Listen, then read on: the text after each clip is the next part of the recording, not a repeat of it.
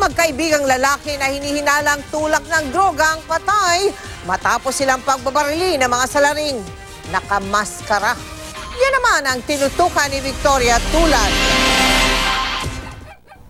Sakay ng 3 motorsiklo ang mga di pa kilalang salarin na bumaril sa ulo ng magkaibigang Fernando Aquino alias Nanding at Edwin Malait sa Bagong Silang, Caloocan kagabi. May isang witness ang sabi po, may 3 daw na mga nakamaskara na pumasok dito sa bahay ni alias Nanding at si Edwin Pilay kung tawagin ng mga taga rito.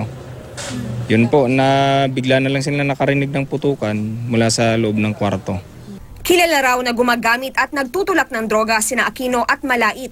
At dahil may nakuhang 4 na sachet ng hinihinalang shabu sa mga biktima, lalong nakumbinse ang mga pulis na droga ang motibo sa pagpatay. Marami na pong nagre-report tungkol sa activity ng 2 biktima. Sa katunayan nga po, last month naitawag po sila sa 911 at nagkandak ho ng follow-up yung mga operatiba natin pero hindi ho sila inabot dito sa may bandang basketball court. Pero giit ng kapatid ni Malait, nagbagong buhay na ang kanyang kuya. Nakikitulog lang daw ito sa bahay ni Aquino na matagal na niyang kaibigan.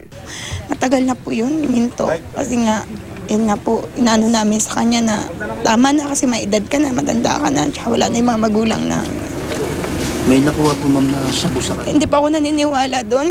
Hindi raw sumuko sa Oplan Tokhang si Malait dahil di naman daw siya madalas bumatak. Di naman daw alam ni Christina kung nagdodroga rin si Aquino.